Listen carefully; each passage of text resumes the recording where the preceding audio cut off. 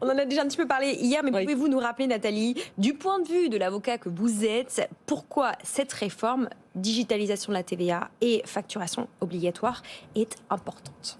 Alors déjà bonjour à tous les téléspectateurs.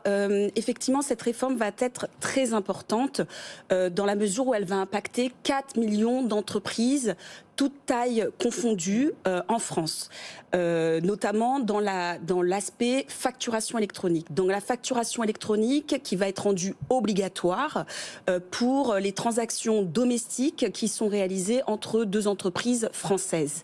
Et on voit d'ores et déjà, dans l'accompagnement qu'on peut faire, qu'il y a des entreprises qui ne sont pas sensibilisées aux enjeux technologiques et qui n'ont pas, pour certaines, plus de la moitié, en fait, à peu près la moitié des systèmes d'information. Donc, il y a la difficulté d'embarquer, en fait, toutes ces personnes qui sont plutôt papier vers le monde du digital. Alors, on a Pascal qui nous a écrit, vous venez de répondre, il nous dit, vous parliez hier de la digitalisation de la TVA et de la facturation électronique. Combien d'entreprises ça va concerner? Rappelez-nous ce chiffre, 4 millions, c'est ça? 4 millions. PME, TPE, grands groupes confondus. Exactement. Donc c'est un chiffre très important. Donc ça, c'est sous l'angle de la facturation électronique, mais il y a un autre volet qui peut être un peu plus méconnu, en fait, autour du reporting de données, donc la transmission continue des données au sein de l'administration fiscale, qui va couvrir un spectre plus large.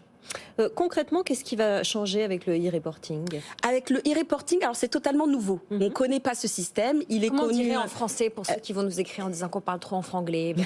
Alors, e-reporting, traduisez-le par transmission continue des données de manière électronique auprès du portail public de facturation. On a hâte de connaître l'acronyme de ce que vous venez de dire. Ouais. Alors, je ne sais pas si j'ose le dire, mais on va le dire, normalement, le PPF, donc qui va être le portail public de facturation. Oui. Donc c'est un acronyme qui va rentrer dans les mœurs. Alors je laisse un peu de temps au public aussi de digérer, on va dire, toutes ces informations, mais ce qui est le plus important, c'est de dire que ça, c'est nouveau.